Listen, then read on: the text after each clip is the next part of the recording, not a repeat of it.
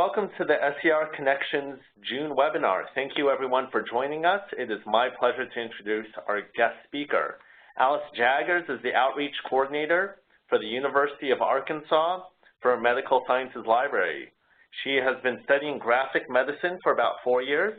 She created the graphic medicine collection at her library starting in March 2017 and has been developing programming for the library and for the institution since then.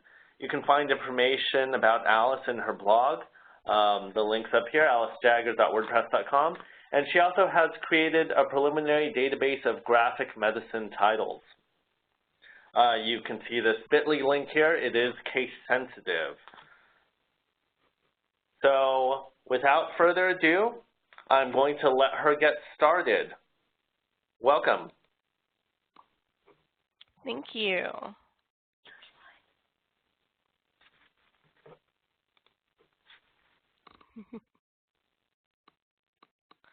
Okay, so welcome everyone. Thank you so much for coming. And what I'm going to be talking about today, panels as windows, graphic medicine and empathy. And so what I want to talk about is how graphic medicine is kind of unique in the ability to give especially emotional understanding for patients, caregivers, and healthcare professionals in all kind of aspects of health and healthcare. I kind of wanted to start out about a story. So I had someone that I had been talking to about graphic medicine, and they said, oh, you know what? My sibling has bipolar disorder. And I was wondering, can I get some more information about that? So I said, yeah. So here's a great one, Marbles by Ellen Forney. And she went out and she read Marbles and came back to me and said, oh my gosh, thank you so much for recommending this book to me. It has opened my eyes to my sibling. Their entire lives, they've been, she'd just been not sure how to react, and this is so weird, why is my sibling doing this? And she said it just opened up a whole new understanding of, and opened up her relationship with her sibling. And so that's the kind of thing that you can get with graphic medicine, is this really deep emotional understanding through the ways that I'm going to talk about today. So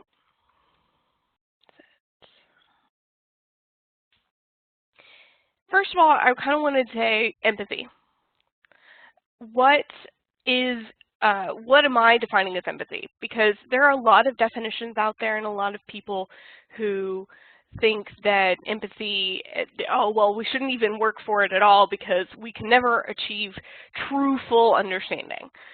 Well, no, you cannot completely understand how that person is feeling because you do not have their background, you don't have their experiences. So you're not going to be ever completely fully understand, and don't pretend that you can completely and fully understand what that person is going through. But what you can do is acknowledge the other person's perspective and understand what kind of things that they might be thinking and be able to listen to them and make an effort to improve the relationship, to improve how you're communicating and what's getting across. So on the screen right now is an excerpt from Mom's Cancer by Brian Feast.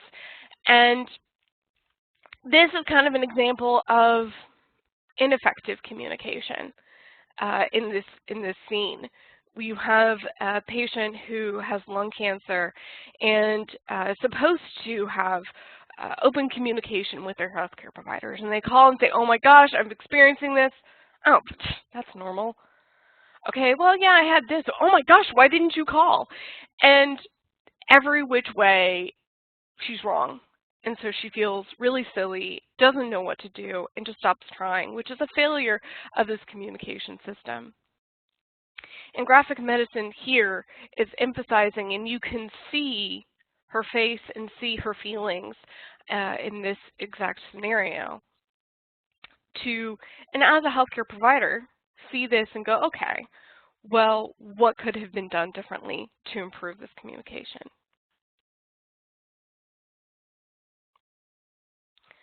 So here's where graphic medicine comes in. So put simply, graphic medicine is about comics that are about health. And that's where, in depth of what exactly is graphic medicine. There's actually some other NNLM webinars about that. But also I wanted to show you some examples of what graphic medicine means to these three people. This is in Graphic Medicine Manifesto by M.K. Serwick, Ian Williams, and others. And the reason I chose these, there are many more, but the reason I chose these examples is because they all talk about aspects of empathy. We're talking about Meredith Lee Vollmer, who had a part in No Ordinary Flu, which is an excellent comic, talking about the humanity, making sure that the person is still in the health experience. And we're talking about living, breathing, and the human journey. And as Nye Wright says, that they're the perfect medium for exploring universal and still taboo subjects in medicine. And so this is one of the things you can do to be able to, what graphic medicine can do is show you the emotions with the visuals paired with words.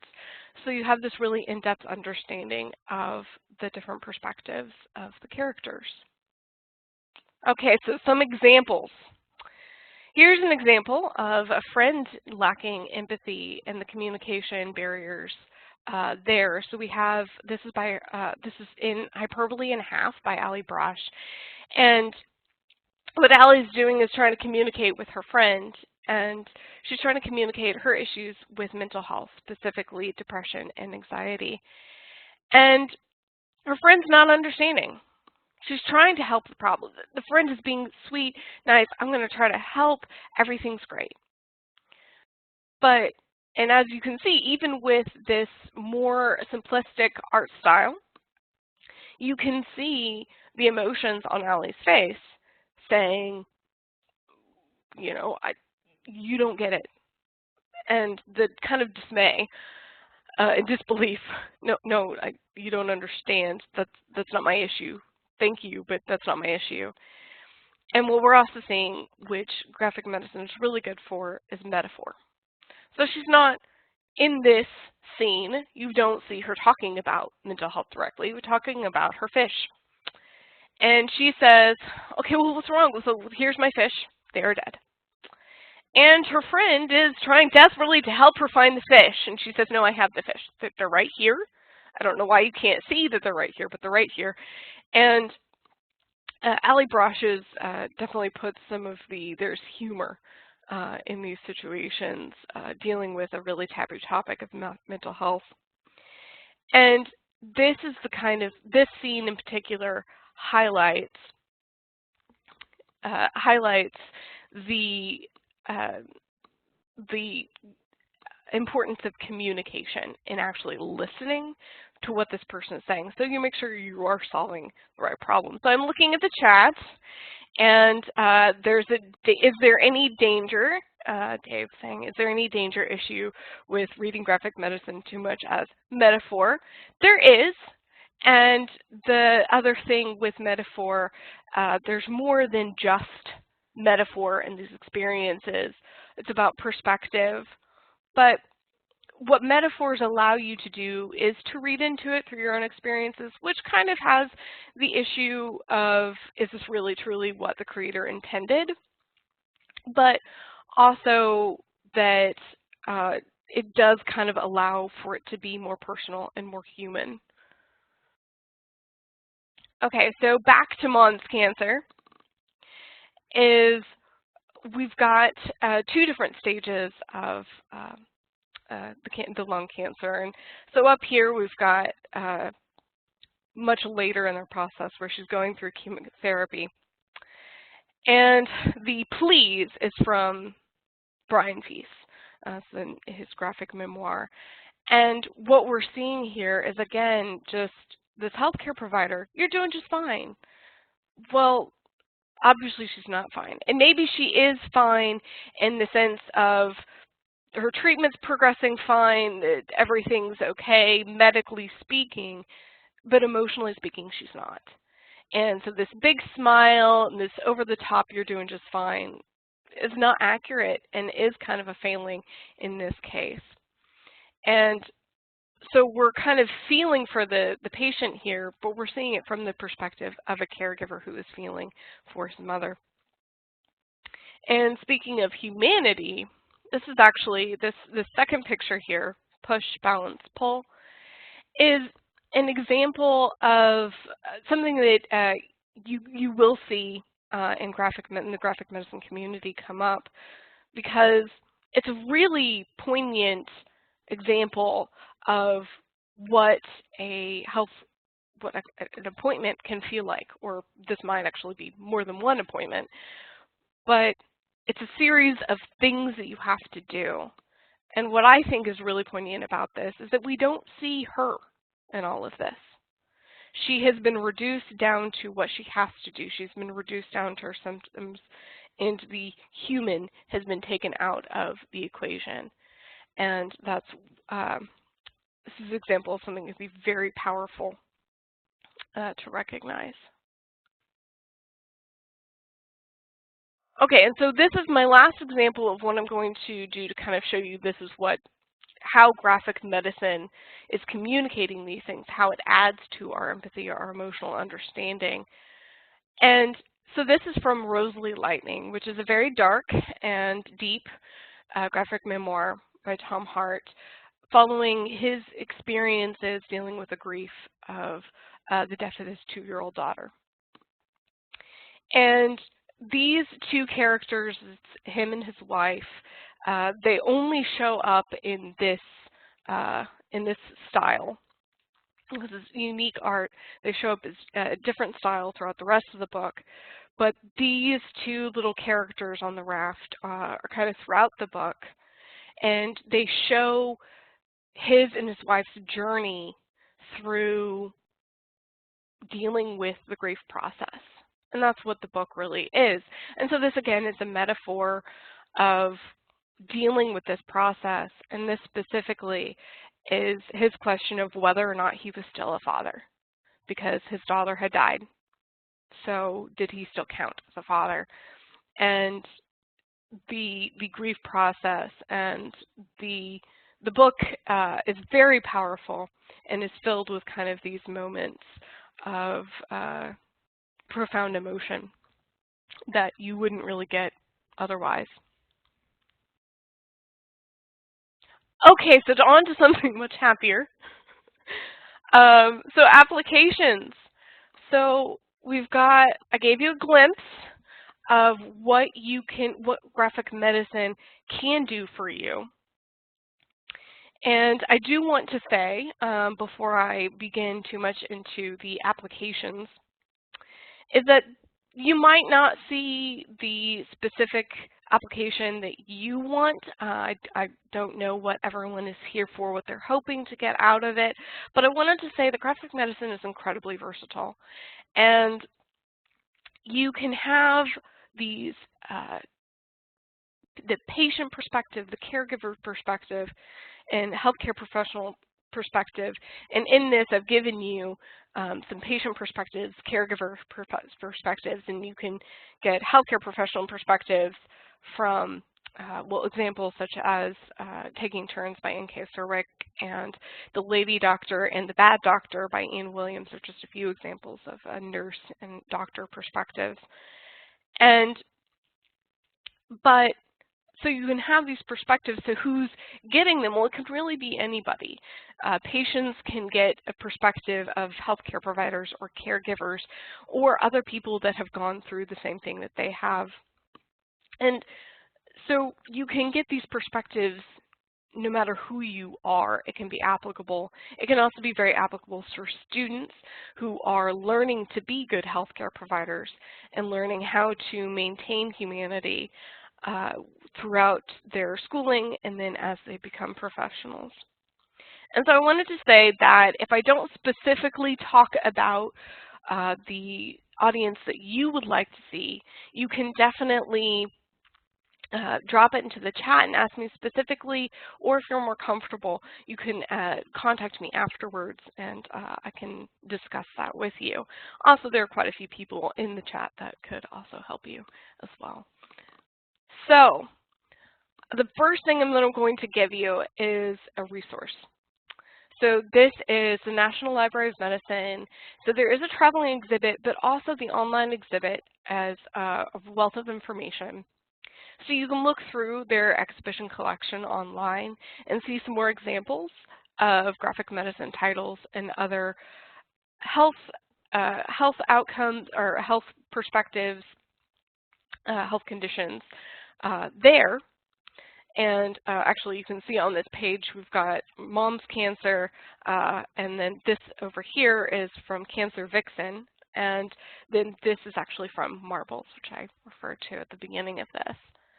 But one of the things I really want to highlight here is education resources.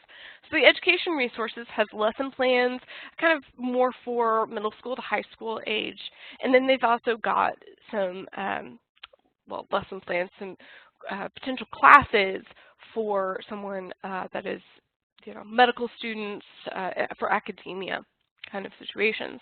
And even though they're for classroom settings, there's still a lot of really great information and handouts that could be used in libraries and workshops and programming. And this is a really great place to go to get some ideas of hands-on activities that you can do. Another thing that is to start a book club with the National Library of Medicine.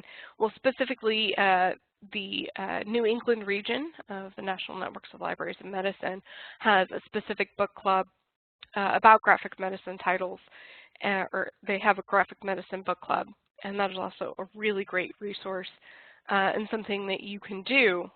And in those, you can then talk about, well, what did you get out of these?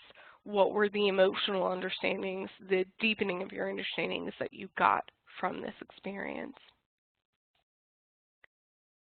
And I wanted to talk to you about personal experience that I had. So I worked with my colleague here at the University of Arkansas, UAMS. I worked with Leah Eisenberg. And we schemed together to get the creator, MK Serwick, to, thank you, Matthew, for including the link. We schemed to get MK Serwick to come to the University of Arkansas for Medical Sciences. And this picture down here, the big picture, is from one of the talks that MK gave to residents. And what you see here is I have a display of some of the books within our graphic medicine collection at the library. And then what the pictures at the top are of a workshop. And this workshop was phenomenal. And what was so interesting to me about it was the fact that we didn't actually limit it to any one audience. We let anyone and everyone come, and that actually turned out really great. We had students, we had healthcare providers, we had librarians, and also through that we had people who were or are caregivers and were and are patients. So we kind of had everything covered in terms of perspectives there. And a lot of what I've been talking about has been reading, seeing other people's perspectives, and looking through graphic medicine memoirs and graphic novels. But there's also another big component, which is the creation of graphic medicine. And that was something that MK pulled out the crayons. You know, MK, it's all about the crayons. And she had us draw, well, many things, but the really one that stuck into my mind is when she had us draw a patient encounter. So draw a medical encounter, something about health. And then she had us draw what came just before, and then what came just after. And so by the end, we had a 3-panel comic. And when invited to share what happened was a very wonderful experience. We had people that had it from the patient perspective, the caregiver perspective, student perspective, and of course we had those from the healthcare perspective and the healthcare professional perspective. And it was really amazing to have this wealth. We had happy, we had sad, and one of the things that people talked about was the fact that they didn't really expect to feel what they felt. So you can get the new perspective from looking at other people and their experiences, but you can also get a new perspective with yourself. And what the act of making this comic, how am I choosing to represent my experience? And then really looking at what you did. You might not even realize you're drawing it, and then you're like, huh, that's interesting. Why did I choose that? Why did I choose that color? Why did I choose?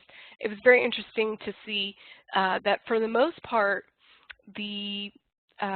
when you were talking about hospital rooms, you didn't see the apparatus because what they really wanted the focus to be was the patient or the healthcare professional. That was the focus. And they said over and over, we heard that people, well, this kind of gave me a new perspective on my own experiences. So it's one of the most powerful things that you can do is have programming.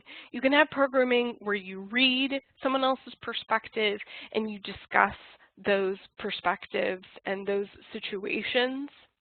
But you can also have people create.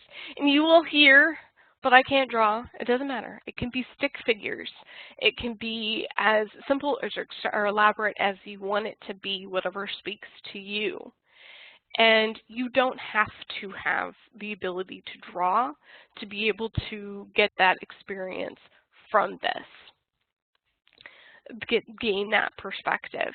And so that's one of the things that when you are choosing what to write down, that speaks so much to yourself and to those around you too, if you would like to share. Although not everybody did share because, it is very personal how you end up. And some people that had maybe thought they might share might not have, just because, like, oh, wow, I didn't expect this to be so personal. But up at the top, you do see Susan Spielman, librarian at UIMS, sharing her experiences.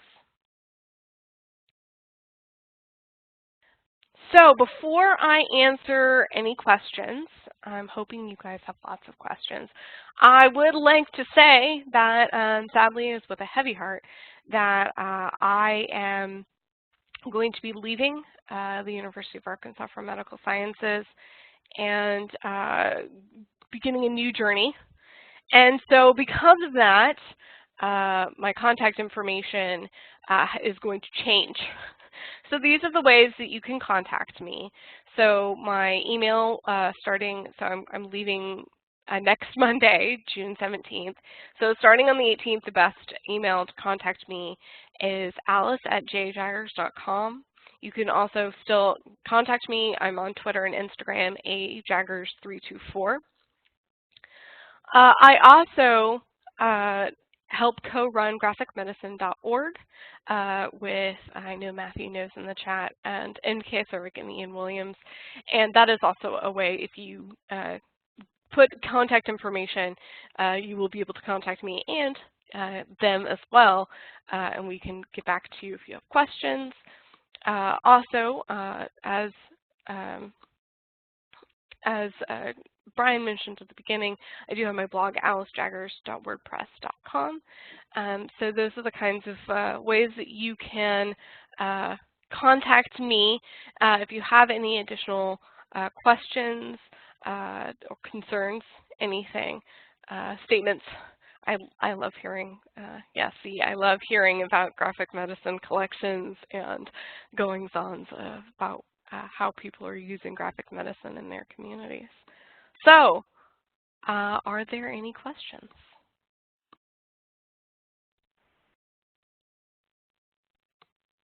Okay, so yes, I'm leaving, but if I'd stayed, what would I want to do with graphic medicine and teaching medical students how to use it?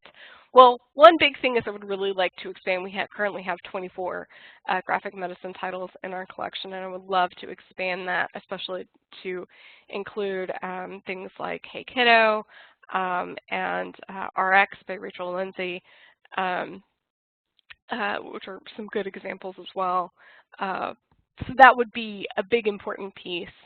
But also I've been kind of talking, we had an ethics discussion where Leah Eisenberg and I gave a talk to PA students, and that's the kind of thing that I would really like to do, is to go out and teach the specifics of, because graphic medicine has so many benefits, and I would love to be able to teach individual medical students, well, all healthcare, because UAMS has a medical school, but they also have nursing and et cetera, and that would be something that I would really like to do, but I'm leaving.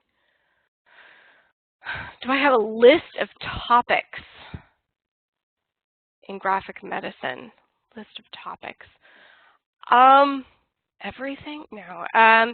So I do have the subjects in my preliminary database, so you can kind of look through those and search for specific things. I will tell you that most of them seem to be very they're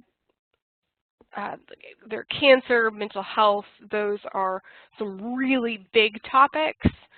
I also know that on Graphic Librarian that Matthew had a page that kind of showed some of the key topics. But also Matthew and I are actually working on a guide about, guidance towards creating a collection. But for the most part, there are a lot of different topics that are actually covered. Best practices for starting a collection. Okay, that's so. Again, Matthew and I are trying to. We're actually in the process of creating something, but the biggest thing of best practices would be to make sure you are responding to your audience. So who are the people that are going to be reading these? What kinds of topics are they interested in? Is it neurology? Is it mental health? What are the things that they're doing? And then also just kind of collecting. I know that one of the things that when I was putting together my collection, I wanted to have as many perspectives as possible. So I wanted titles that included the patient perspective, that had a caregiver perspective, and that had the healthcare professional perspective. And I wanted ones that were lighter as well as the really heavy ones. So I wanted to be able to give the most variety possible. And other than that, it's kind of what's best for your library. Okay, advice for academic librarians working with Festival. Yeah, okay. So graphic medicine can be a hard sell. And so the biggest thing is to develop your talking points and then reiteration. That's just to persistence. Some of the big talking points are the fact that, well, one, graphic medicine tends to be a little faster to read. It also is actually less expensive than definitely than textbooks, but also other medical texts. But from the actual graphic medicine perspective is the unique ability of with empathy, but also the fact that there's a lot of evidence to support the more parts of your brain that you're using at once, the more likely you remember it, the more likely you are to understand it. That's part of, activating auditory as well as, practice. It's part of the reason why they say you should take notes. And so you're physically doing something. Well, graphic medicine actually activates visually, but also it does activate auditory because words, you actually process them auditorily when you are reading, because we have a spoken language. So you actually read it in your head auditorily, and so the words combined with the images actually provide for you're more likely to actually remember it, and you're more likely to get a deeper understanding of it. But I would say that especially because empathy is such a hot topic right now, that's a big thing, and the emotional understanding perspectives, that those are the really big ones, as well as being able to hear some success stories about people who did do it, which Michael Green is has a website, and he's been working with medical students and has some really great success stories at Penn State University.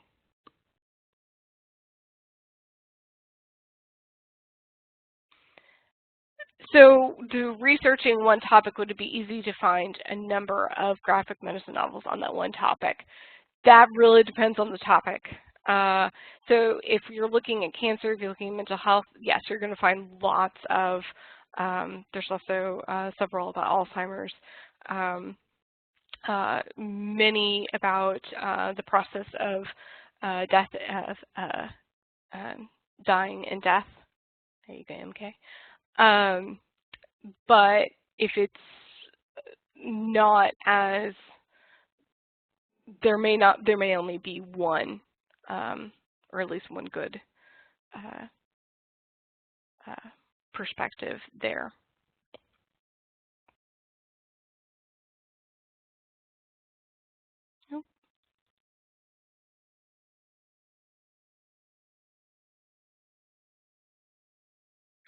So the items in my database right now are mostly print, because it is, there are a lot of online versions, webcomics, and that is kind of its own thing, and I have not tried even to really, I have a few webcomics, digital comics in my database, but it is vastly mostly print. And I would say it varies so much about whether or not you're going to get a hardback or not. And how do you prepare them for your collection? In much of the same way as you would others, although here at UAMS we have them, they have their own display. So they have their own section that's unique to them. And as far as cataloging them, there's so many different ways that people are currently doing that, and there's actually an ongoing project about that. But overall, you would kind of treat the hardback and trade paperbacks or paperbacks the same way you would books that are already in your collection, and you would almost treat, if you have like comic floppies, that you would treat them almost like you would like a magazine or a journal. So,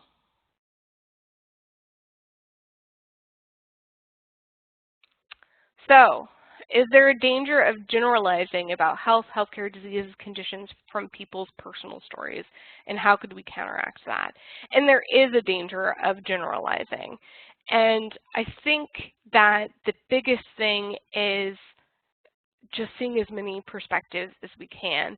There's one thing that, there's a push right now in the graphic medicine community to try to diversify graphic medicine, because so much of what we have is kind of from a particular mindset, from a particular socioeconomic, racial perspective, and so how do we support getting other people's perspectives that don't have that?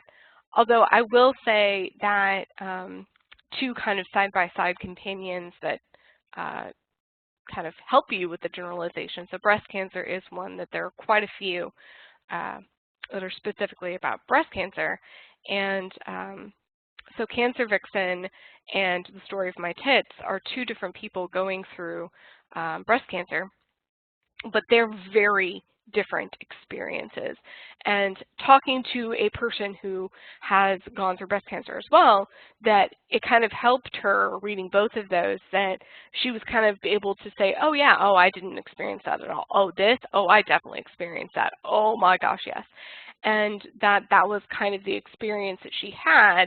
And I think that the biggest thing to counteract that is to make sure we have as many perspectives as we can. And as the graphic medicine community continues to grow, hopefully we can kind of have those side by side, two people that have maybe somewhat, you know, okay, they have the same condition, but they have very different experiences within that condition. But other than that, it's hard. That's that's the danger.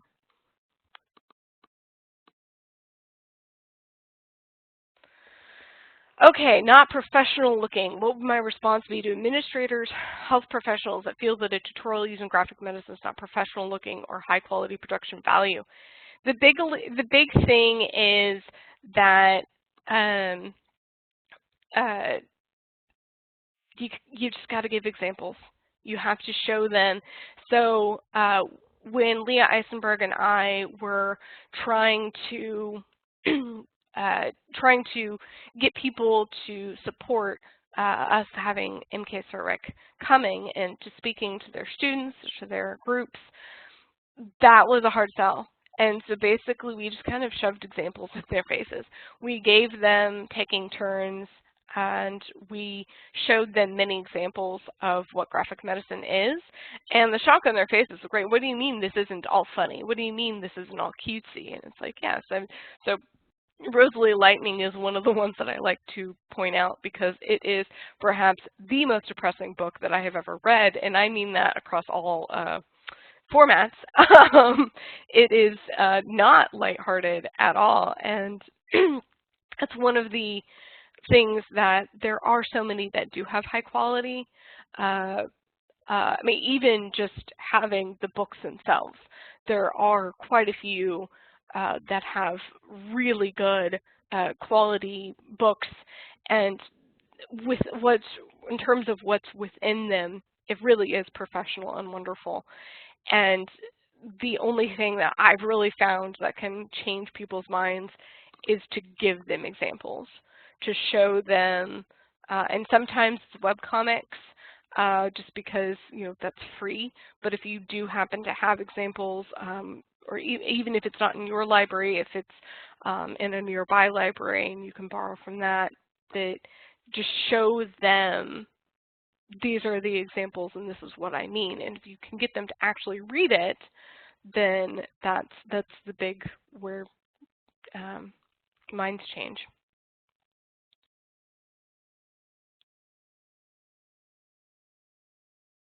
Okay. Okay, so interested working with school nurses and librarians to help them create a graphic medicine collection created by students. Oh, that's great. The idea is to provide an opportunity for students to share and express their experiences in hopes of helping other students to better understand why they, the authors, might appear to be different. That is really great. That's a really great idea. And that's, oh wow, I wish you, I really hope that you share the outcomes of that, because that's a wonderful thing. And yeah, so the points, so what are some pointers for creating that? Well, I think the biggest thing would be to ask the students what are you interested in? What are the kinds of health topics that you are interested in, and what would be their what kind of perspectives would they want to see, and then kind of give them a list of possibilities. And especially if you had just, able to, check out from a public library or something, and then kind of, okay, let's do a little book club.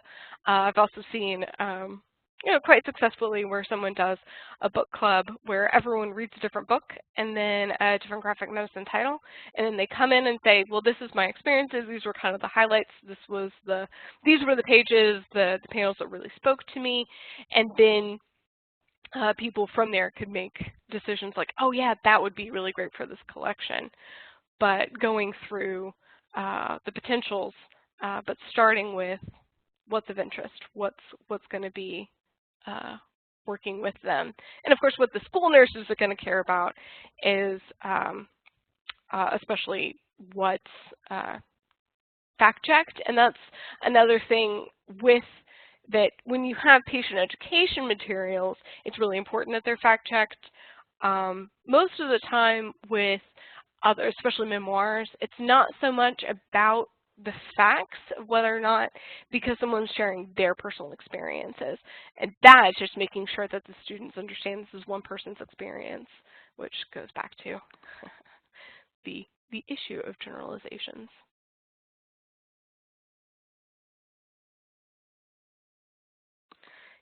Della, yes, there are graphic medicine books in other languages like Spanish.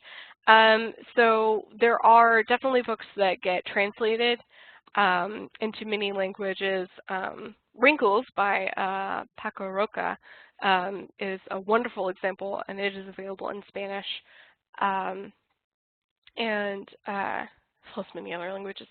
And it is about a character going through Alzheimer's. And so, but there are also, oh yeah, thank you, Alice Stokes, yeah. So, and then there's also Medicina Gráfica, which is basically the kind of Spanish counterpart for graphic medicine. And there's actually a link to their page on the graphic medicine website, on graphicmedicine.org, a link to the Spanish group, and they've actually got some really cool stuff. And not that I don't know, because I know some Spanish, but not enough. Yes. Oh, thank you, Matthew. Yes, Medicina Gráfica.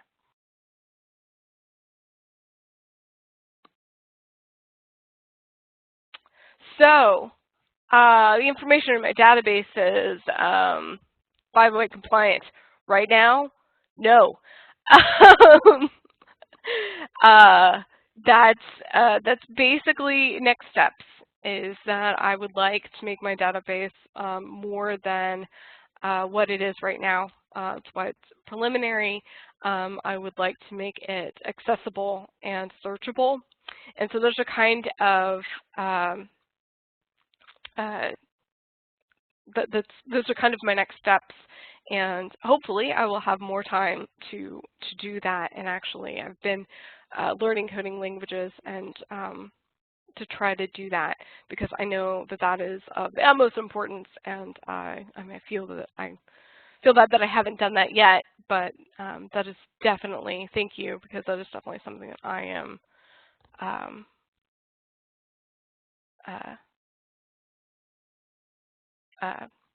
that I am working on as well. Oh yes, the comics and critical librarianship.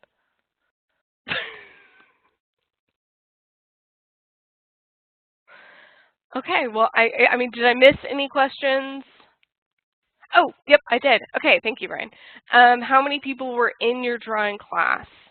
Okay, let's see. In that one, I think they were about 16 to 20 people. So it was a smaller group. In fact, I think that MK had set a limit that there couldn't be more than 25, I think, because it would just get, I mean, with sharing and everything, you just can't have too many people in there, so it kind of had to be a smaller size. But I think that 10 to 15 would probably be like the best case scenario of the people in the chat, because it makes it feel a little more intimate and people are a little more willing to share what they've drawn than if it's a really big group. So yes, it's kind of like a book club. If you get too big, then people don't want to share.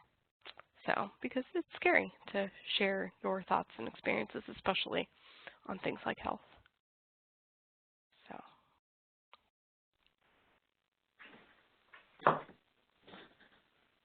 Great. Well, thank you for a great discussion, everyone, and just what a fascinating presentation. So thank you for coming, Alice. It was a pleasure having you with us. I'm now going to stop the recording before a few housekeeping items. Oh, well, I do want to. Okay, there's one more question. Medical manga, and I will say that is something that I am woefully lacking in. I know that there is so much out there from Japan, and actually there's a fair amount of it that has been translated into English, and so if someone else can help me to become more robust, I have a few examples in my database, but I would love whatever help I could get about expanding my medical manga, because that's something that's woefully lacking. Sorry, Brian, you can, sorry. No problem. Okay, great. Now we're going to stop the recording.